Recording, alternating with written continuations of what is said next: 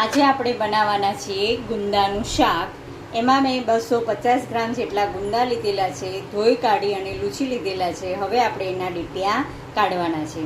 ત્યારબાદ 2 ચમચી ચણાનો લોટ, 2 ચમચી સિંગનો ભૂક્કો, 5 થી 6 નંગ લસણની કળી, 2 ચમચી ગાંઠિયા. ગાંઠિયા ન હોય તો તમે સેવનો ઉપયોગ કરી શકો, ને આ બંને ન હોય તો પણ તમે સ્કીપ કરી શકો છો.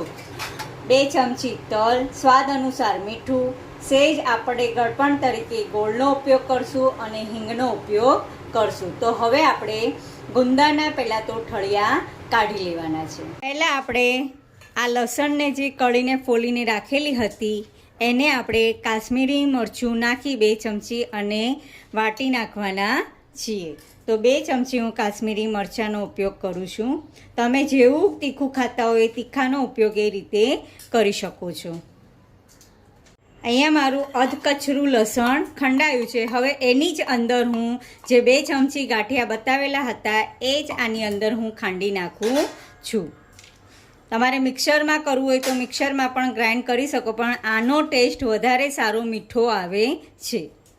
મેં ગાંઠિયા નાખી અને આવી રીતે ખાંડી લીધેલું છે. હવે બધા ગુંદામાંથી હું ઠળિયા કાઢી નાખીશ. તો આ રીતે આપણે ચમચીની મદદથી અથવા કોઈ સળીથી અથવા તો આવી રીતે ચપ્પુથી તમે આ રીતે ઠળિયા કાઢી શકો છો. આ રીતે આપણે બધા જ ગુંદાના ઠળિયા કાઢી અને પછી આપણે ભરવાના રહેશે.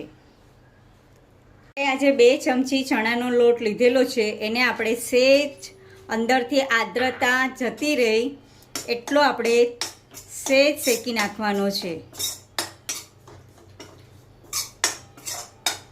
હાથમાં તમારે આમ લઈને જોઈ જવાનું કે ગરમ થઈ ગયો એટલે આપણે ગેસની ફ્લેમને બંધ કરી દેવાની છે. એકદમ બ્રાઉનીશ જેટલો શેકવાનો નથી.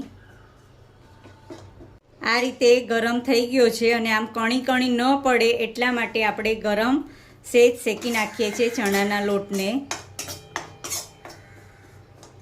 ગેસની ફ્લેમને બંધ કરી દીધી છે. હવે આપણે આ બાઉલની અંદર જે આપણે ગ્રાઇન્ડ કરેલું હતું, બધું ખાંડેલું હતું, એની અંદર ચણાના લોટને મિક્સ કરી દેવાના છે.